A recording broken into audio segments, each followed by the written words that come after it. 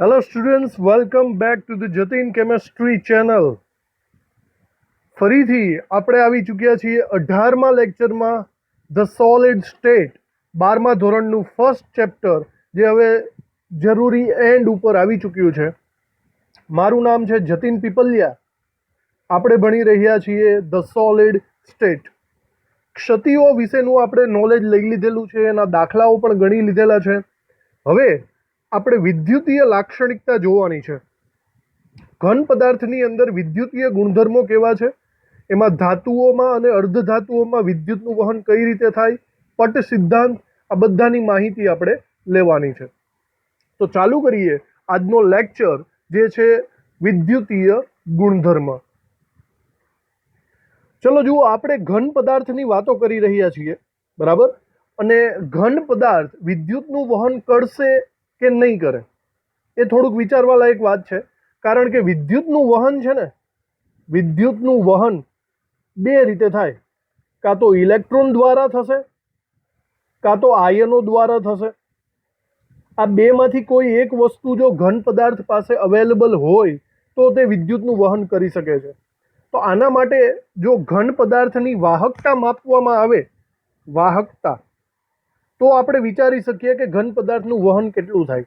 વાહકતા, જેને નોર્મલી આપણે જી એકમમાં દર્શાવીએ છીએ, ઘન પદાર્થની વાહકતા 10⁻20 થી લઈને 10⁻7 એનો એકમ આવે છે મો પ્રતિ મીટર.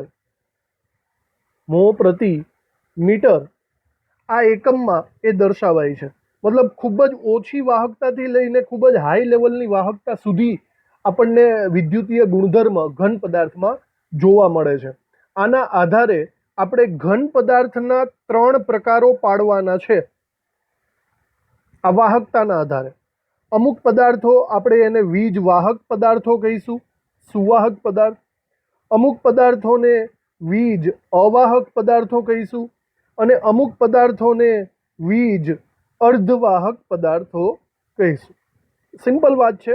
વીજ વાહક કોને કહેવાય આપણને ખબર જ છે, અવાહક, અર્ધવાહક. પણ આ વખતે તમારે આ આંકડાઓને ધ્યાનમાં રાખીને વ્યાખ્યાઓ લખવાની છે, બોલવાની છે. તો આવી રીતે ચલો, બહુ સિમ્પલ એવી વાત છે. નોટબુકમાં લખાણ આપણે ચાલુ કરીએ. આપણે ફર્સ્ટ મુદ્દામાં લખી નાખીએ કે ઘન પદાર્થોની વાહકતા, આ વસ્તુ યાદ રાખજો, ઘન પદાર્થોની વાહકતા ક્યાંથી ક્યાં સુધી?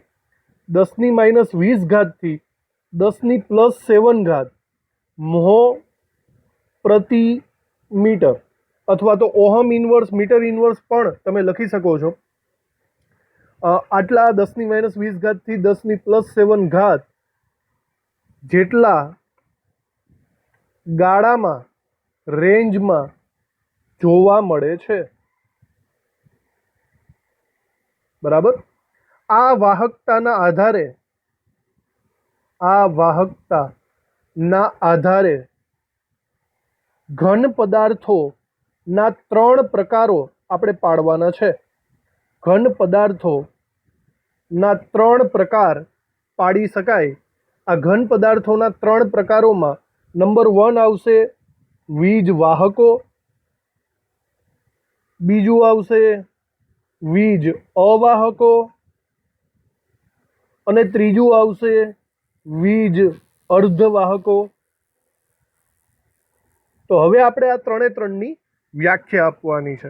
તો 3ની વ્યાખ્યા આ વાહકતાની રેન્જના આધારે આપણે આપવાની રહેશે. તો બરાબર જુઓ, અહીંથી હું તમને બીજું આપણે આ રેન્જ યાદ રાખવા માટે આપણે સાઈડમાં આપણે કંઈક આવું કરી નાખીએ, એક રેન્જની લીટી કરી નાખીએ, કંઈક આવી રીતે.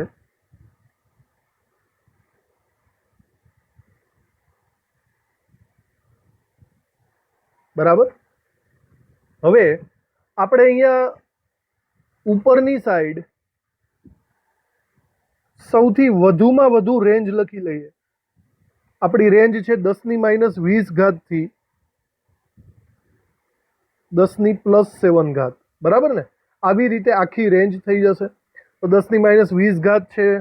અહીંયા પછી આપણે ઉપર તરફ જઈએ એમ લખતા જઈએ. 10⁻10 આવી જશે, રેન્જ સહિત લખીએ તો 10⁻15, 10⁻10, 10⁻5,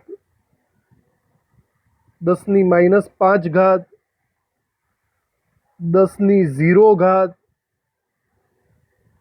10⁻5 અને 10⁻7 આવી રીતે આપણે અહીંયા નોંધ કરીએ. તો જુઓ, આપણે કેટેગરી વાઇઝ આપણે વાત કરીએ તો સૌથી પહેલી વાત, જે સૌથી હાઈ લેવલની જે શું કહેવાય વાહકતા છે, હું અહીંયા હાઈ લેવલની વાહકતા લખી નાખું. 10⁻7 થી માંડીને 10⁻4 સુધીની વાત, બરાબર. આ વાહકતાની જે રેન્જ છે, આપણે એને કંઈક અલગ રંગ વડે દર્શાવી દઈએ. આ વાહકતાની જે રેન્જ છે, આને આપણે વીજ વાહકની રેન્જ કહીશું. કંઈક આપણે સરખી રીતે લખી નાખીએ. આ રેન્જને વીજ વાહક તરીકે ઓળખીએ. મતલબ વાહકતા એકદમ હાઈ લેવલની હોય. કેટલી આ યાદ રાખવાની છે આપણે? 10⁻4 થી 10⁻7 સુધીની હોય તો આપણે એને વીજ વાહકની કેટેગરીમાં મૂકવાના છીએ. આ ઉપરાંત સૌથી નીચેનું લેવલ હોય. હવે સૌથી નીચેનું લેવલ એટલે જોઈ લ્યો, 10⁻20, 10⁻20 થી 10⁻10, બહુ ઓછી વાહકતા કહેવાય, અથવા તો નથી જ એવું કહી શકાય. આ રેન્જમાંના પદાર્થોને વીજ અવાહકની કેટેગરીમાં આપણે મૂકશું, જો વાહકતા આટલી હોય તો. અને આ સિવાય જે વચ્ચેની વાહકતા છે એને આપણે અર્ધવાહકો તરીકે ઓળખવાના છીએ. પણ અર્ધવાહકોને આપણે ડિટેલમાં જો બરાબર લખીએ તો અહીંયા આપણે લખવું પડશે 10⁻6 થી ચાલુ કરીને 10⁻4 સુધી. તો કંઈક આવી રીતે આપણે લખી શકીએ છીએ. 10⁻6 થી ચાલુ કરીને 10⁻4 સુધી આ જે રેન્જ છે, આ રેન્જને આપણે વીજ અર્ધવાહક તરીકે ઓળખવાના છીએ. તો જો આવી રીતે આપણે વાહકતાની કેટેગરીને 3 વિભાગમાં વર્ગીકૃત કરી લીધી: વાહક, અવાહક અને અર્ધવાહક. ઓકે, તો આકૃતિ બરાબર રીતે યાદ રાખો. આને આધારે આપણે વ્યાખ્યાઓ લખવાની રહેશે. તો આકૃતિ બરાબર દોરી નાખો વાહક, અવાહક અને અર્ધવાહકની. આપણે આની વ્યાખ્યાઓ લખીએ. સૌથી પહેલી વ્યાખ્યા આપણે લખીએ વીજ વાહક ઘન પદાર્થની, જેને આપણે સુવાહક તરીકે પણ ઓળખીએ છીએ. સુવાહકો તરીકે પણ ઓળખીએ છીએ, બરાબર. તો પહેલી વ્યાખ્યા આપણે આની લખીએ. જો આની અંદર આપણે શું લખી શકાય, ડાયરેક્ટલી આપણે શોર્ટકટમાં જ વ્યાખ્યાઓ લખીએ, બરાબર. કે વિદ્યુતીય વાહકતા, વીજ જે ઘન પદાર્થની વાહકતા 10⁻4 થી લઈને 10⁻7 મો પ્રતિ મીટર હોય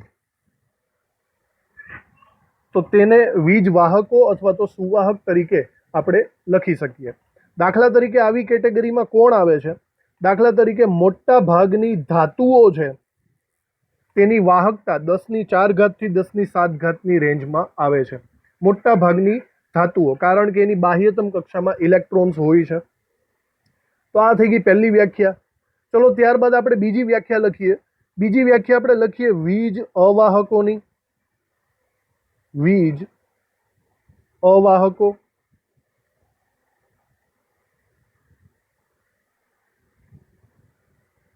ચલો, વીજ અવાહકોની વ્યાખ્યામાં સેમ ટુ સેમ જે ઘન પદાર્થની વાહકતા ક્યાંથી ક્યાં સુધી બરાબર રીતે જોઈ લ્યો, 10⁻20 થી લઈને 10⁻10 મો પ્રતિ મીટર હોય તો તેવા પદાર્થોને વિદ્યુત અવાહક પદાર્થો કહેવાય. તે વિદ્યુતનું વહન કરી શકતા નથી, બરાબર. મોસ્ટ ઓફલી, દાખલા તરીકે મોટા ભાગની અધાતુઓ આ કેટેગરીની અંદર આવશે. ઓકે, આ થઈ ગયું વીજ અવાહકોની વાત. ચલો, ત્યારબાદ ત્રીજી કેટેગરી છે વીજ અર્ધવાહકો. વીજ અર્ધવાહકો. વીજ અર્ધવાહકોની વ્યાખ્યા લખી નાખીએ.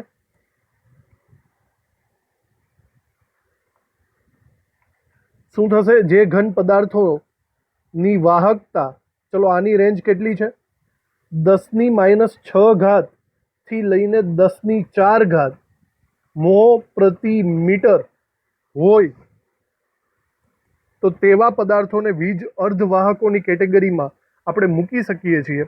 દાખલા તરીકે આવા વીજ અર્ધવાહકો તરીકે સિલિકોન, જર્મેનિયમ જેવા અર્ધવાહકોનો સમાવેશ થશે.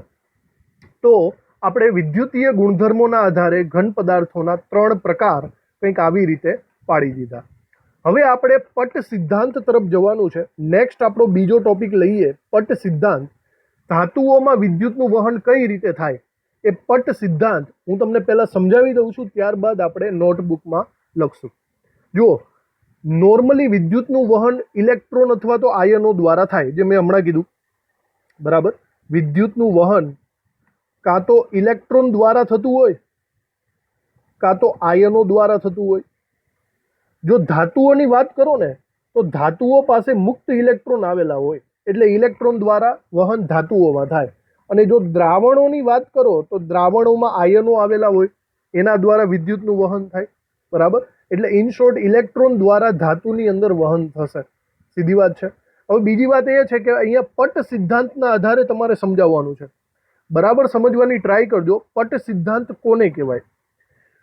તમારે કોઈ પણ ધાતુની જો વાત કરતા હોય તો એને પરમાણ્વીય કક્ષક કે ધાતુ દ્વારા બનતી આણ્વીય કક્ષકમાં ઇલેક્ટ્રોન્સ આવેલા હોય. આ ઇલેક્ટ્રોન્સને ઇમેજિનેશન દ્વારા તમારે 2 પટ બનાવવાના છે. જોજો, ઇમેજિનેશન દ્વારા એવું ઇમેજિનેશન કરવામાં આવે છે કે કોઈ પણ પરમાણુની અંદર 2 ટાઈપના પટ હોય છે. 2 ટાઈપના પટ હોય છે. એક હોય છે નીચેની તરફ અને બીજો હોય છે ઉપરની તરફ. બરાબર? જે નીચેની તરફ પટ હોય ને, નીચેની તરફ, એને કહેવામાં આવે છે સંયોજકતા પટ. બરાબર? જોજો, સંયોજકતા પટ. નોર્મલી કોઈ પણ ધાતુની બાહ્યતમ કક્ષામાં જેટલા ઇલેક્ટ્રોન હોય ને એટલા સંયોજકતા પટમાં હોય. હવે આપણને ખબર છે ધાતુઓની બાહ્યતમ કક્ષામાં 1, 2 કે 3 ઇલેક્ટ્રોન તો હોય જ. મતલબ ધાતુઓ પાસે એક્સ્ટ્રા ઇલેક્ટ્રોન હોય છે. એ બધા ઇલેક્ટ્રોન ક્યાં હોય? સંયોજકતા પટમાં. અને આ સંયોજકતા પટની ઉપરની સાઈડ એક બીજો એરિયા આવેલો હોય છે. આ પટ એટલે કે આ જે બેન્ડ છે, તમને આ જે વિસ્તાર દેખાય છે, આને કહેવામાં આવે છે વાહકતા પટ. શું કહેવાય? વાહકતા પટ. હવે જોજો, કોઈ પણ પદાર્થ વિદ્યુતનું વહન ત્યારે જ કરશે જ્યારે સંયોજકતા પટમાંથી ઇલેક્ટ્રોન કૂદકો મારીને ઉપર ચાલ્યો જાય. નોર્મલી વાહકતા પટ છે ને એ ખાલી હોય. જો વાહકતા પટમાં કોઈ ઇલેક્ટ્રોન આવી જાય તો વિદ્યુતનું વહન થાય, બાકી વિદ્યુતનું વહન નહીં થાય. તો વાહકતા પટમાં ઇલેક્ટ્રોન ક્યારે આવશે? નીચેથી કોઈ કૂદકો મારીને ઉપર ચાલતો જાય તો થાય. બરાબર? પણ આ એટલું ઇઝી નથી. બરાબર? જોજો, ધાતુઓમાં શું હોય ખબર? ધાતુઓમાં છે ને આ સંયોજકતા પટ અને વાહકતા પટ છે ને એકબીજા સાથે એકદમ ટચ થયેલા હોય. મતલબ આ છે ને કંઈક આવી રીતે હોય, આવી રીતે. વચ્ચે ગેપ જરાક પણ હોતો નથી. તો આ બંને એકબીજા સાથે ટચ થયેલા હોય. હવે ટચ થયેલા હોય એનો મતલબ એમ છે કે આ સંયોજકતા પટમાંથી ઇલેક્ટ્રોન ઇઝીલી ઉપરની સાઈડ ઘૂસી જશે. એને કૂદકા મારવાની જરૂર પડશે નહીં. એટલા માટે ઇઝીલી આ બધા ઇલેક્ટ્રોન ઉપર ચાલ્યા જશે. એટલા માટે ધાતુઓમાં વિદ્યુતનું વહન થશે. આને બેન્ડ થિયરી અથવા તો પટ સિદ્ધાંત તરીકે ઓળખવામાં આવે છે. સમજાય છે વાતમાં? કેટલીક વખત આ જે સંયોજકતા પટ છે ને, સોરી, વાહકતા પટ, એ માત્ર એને ટચ નથી કરતો, એ એની અંદર થોડો ઘૂસી પણ જાય છે. એટલે કે આવી રીતે પણ ક્યારેક જોવા મળે છે. મતલબ આને સંમિશ્રિત કહેવાય. સંયોજકતા પટ અને વાહકતા પટ એકબીજાની અંદર ભળી ગયા, સંમિશ્રિત થઈ ગયા. આવું માત્ર શેમાં જોવા મળે છે? યાદ રાખજો, માત્ર શેમાં જોવા મળે છે? ધાતુમાં. આટલા માટે ધાતુમાં ઇઝીલી વિદ્યુતનું વહન પોસિબલ બને છે. સમજાણું વાતમાં? હવે તમે વિચારો અધાતુમાં શું થતું હશે? જ્યારે તમે અધાતુની વાત કરો ને તો અધાતુમાં છે ને દાખલા અધાતુમાં પણ સિચ્યુએશન આવી જ હોય. આ નીચેનો ટાઈપ છે સંયોજકતા પટ અને ઉપરનો છે એ વાહકતા પટ. બરાબર, સંયોજકતા પટ અને વાહકતા પટ કંઈક આવી રીતે આપણે દોરી લઈએ. પણ એમાં પ્રોબ્લેમ એ છે કે આ સંયોજકતા પટ અને વાહકતા પટની વચ્ચે બહુ મોટો ગેપ હોય. આને કહેવાય શક્તિ ગેપ. શક્તિ ગેપ, એનર્જી ડિફરન્સ. બરાબર, આ છે સંયોજકતા પટ, આ છે વાહકતા પટ, આની વચ્ચે ગેપ છે. હવે અધાતુ જે હોય ને, અધાતુ એની પાસે બાહ્યતમ કક્ષામાં ઇલેક્ટ્રોન હોય કે નહીં? ધાતુ કરતાં વધારે હોય. પણ આ લોકો કૂદકો મારીને ઉપર નહીં જઈ શકે કારણ કે વચ્ચે ગેપ છે. સમજો છો? તમે આને ઇવન ગરમ કરશો ને તો પણ ઉપર કૂદકો પોસિબલ નહીં બને. તો આવી રીતના અધાતુની અંદર વિદ્યુતનું વહન થતું નથી કારણ કે તેમની વચ્ચે શક્તિનો ગેપ હોય છે. આવી રીતે પટ સિદ્ધાંત દ્વારા તમે સમજાવી શકો છો કે ધાતુઓમાં વિદ્યુતનું વહન કઈ રીતે થાય. સમજાઈ ગયું હશે તમને? બહુ સિમ્પલી વાત છે. આને કહીશું આપણે પટ સિદ્ધાંત. તો આ વસ્તુ જે મેં તમને એમનેમ સમજાવેલી છે, હવે તેને આપણે બરાબર રીતે લખી લઈએ મુદ્દા વાઇઝ. ચલો, લખાણમાં આપણે પહેલા મુદ્દામાં લખીએ કે કોઈ પણ વાહકમાં વિદ્યુતનું વહન બે રીતે થાય, બે રીતે શક્ય છે. નંબર 1 ઇલેક્ટ્રોન દ્વારા અને નંબર 2 આયનો દ્વારા. હજી આની અંદર આપણે બીજું લખીએ, ધાતુઓમાં વિદ્યુતનું વહન બાહ્યતમ કક્ષાના અથવા તો સંયોજકતા કક્ષાના ઇલેક્ટ્રોન દ્વારા શક્ય બને છે. ઇલેક્ટ્રોન દ્વારા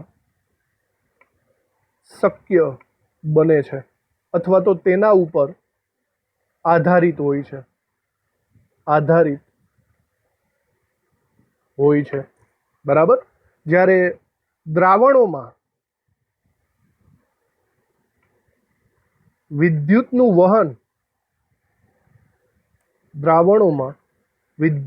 વહન એ આયનો દ્વારા શક્ય બને છે. બરાબર, આ આપણે ચોખવટ કરી દીધી. હવે પટ સિદ્ધાંતની થોડીક વાતો કરી લઈએ. પટ સિદ્ધાંતની થોડીક વાતો અહીંયા આપણે લખીએ. બીજા મુદ્દાની અંદર ધાતુની પરમાણ્વીય કક્ષકો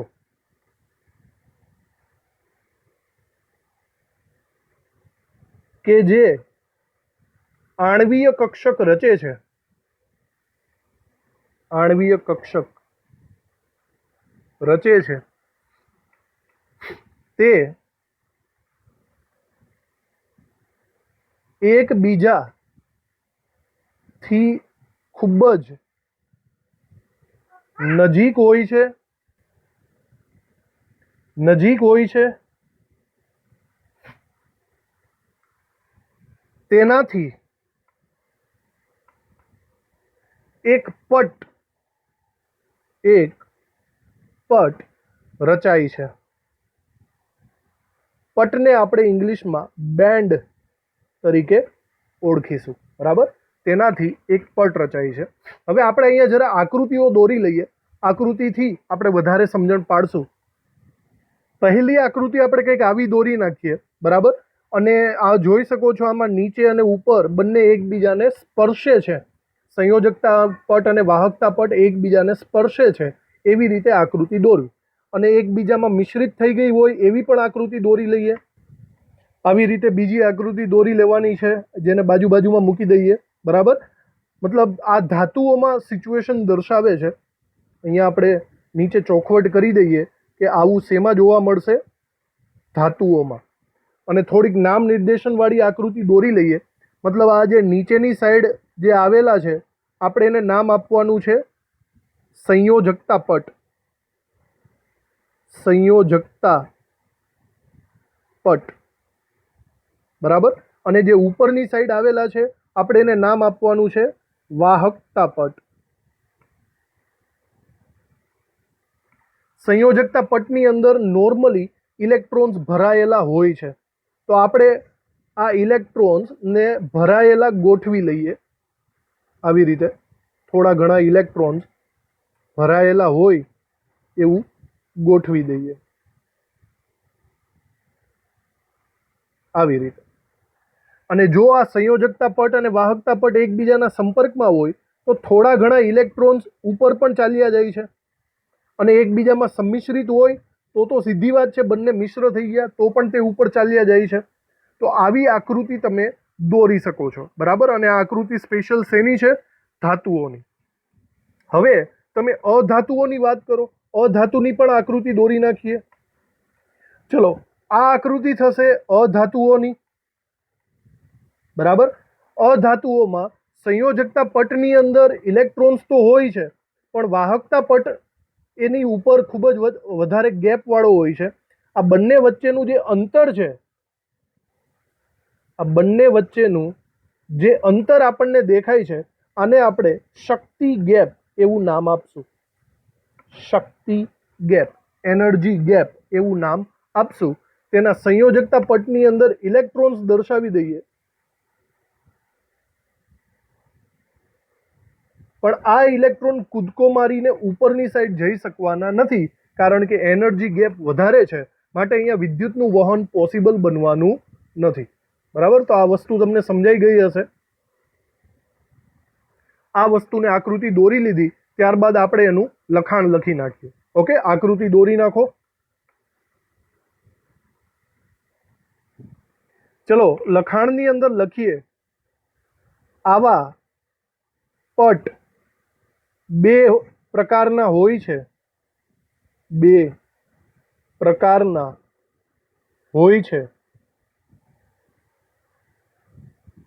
નીચેની તરફ સંયોજકતા પટ આવેલો હોય છે. સંયોજકતા પટ આવેલો હોય છે, જેમાં ધાતુની સંયોજકતા ઇલેક્ટ્રોન આવેલા હોય છે. ત્યારબાદ સંયોજકતા પટની ઉપર તરફ વાહકતા પટ હોય છે.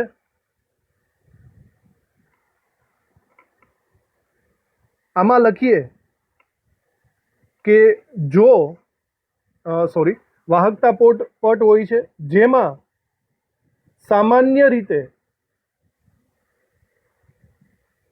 ઇલેક્ટ્રોન હોતા નથી. નોર્મલી એમાં ઇલેક્ટ્રોન નથી હોતા.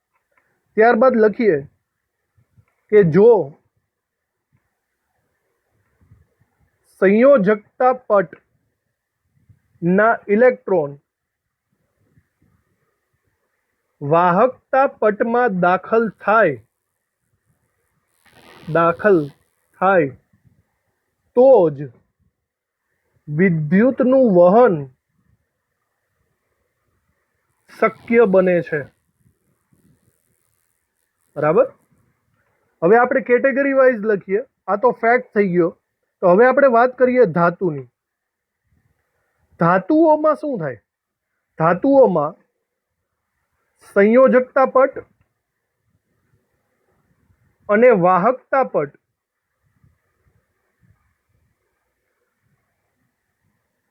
એકબીજાને સ્પર્શેલા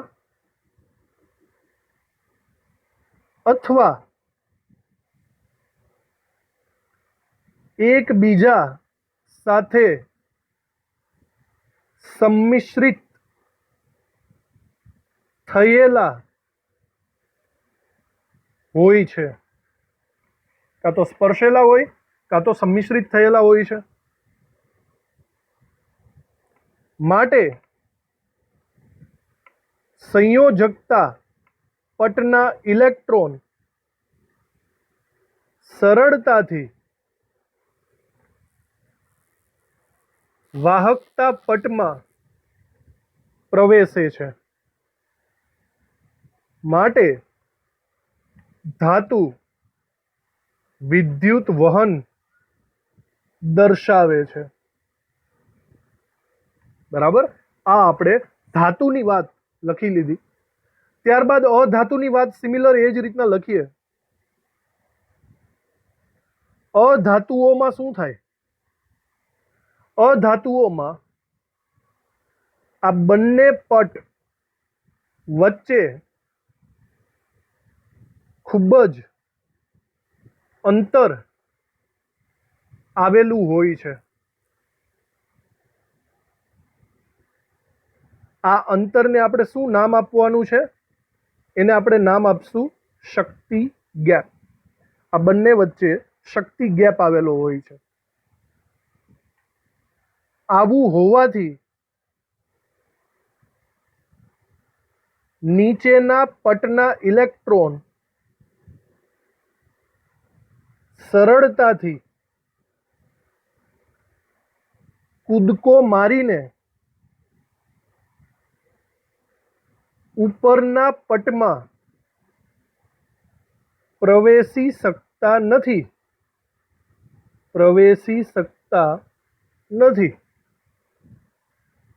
માટે અધાતુ વિદ્યુત વહન દર્શાવતા નથી. વિદ્યુતનું વહન દર્શાવતા નથી. બરાબર, આવી રીતે આ પટ સિદ્ધાંત આપણે અહીંયા પૂરો કરીએ છીએ, જે ધાતુઓની અંદર વિદ્યુત વાહકતા દર્શાવે છે. ધાતુની અંદર વિદ્યુતનું વહન કઈ રીતે થાય તેનું સંપૂર્ણ નોલેજ અહીંયા આપી દીધું. હવે આપણો નેક્સ્ટ ટોપિક રહેશે અર્ધધાતુ વિશે. બરાબર, અર્ધધાતુ અથવા તો અર્ધવાહકોની અંદર વિદ્યુતનું વહન કઈ રીતે પોસિબલ બને છે એ આપણે સમજીએ. પણ એકચ્યુઅલી લેક્ચર થોડો લાંબો થઈ જશે, આપણે અહીંયા અટકીએ, કારણ કે અર્ધવાહકોની અંદર વિદ્યુત વહન બહુ લેન્ધી ટોપિક છે. આપણે એના માટે અલગથી જ લેક્ચર ફાળવીશું. બરાબર, આ લેક્ચરને આપણે હાલ પૂરતો અહીંયા ફિનિશ કરીએ છીએ. ધાતુઓમાં વિદ્યુત વહન આવી રીતે આપણે આ લેક્ચરની અંદર ફિનિશ કર્યો છે. આ લેક્ચર ભરવા માટે થેન્ક યુ. યાદ રાખજો, પટ સિદ્ધાંત બરાબર યાદ રાખશો તો આગળ જતા અર્ધવાહકોની અંદર પણ પટ સિદ્ધાંત દ્વારા આપણે સમજાવવું પડશે. તો થેન્ક યુ આ લેક્ચર ભરવા માટે. મળીએ નેક્સ્ટ લેક્ચરમાં.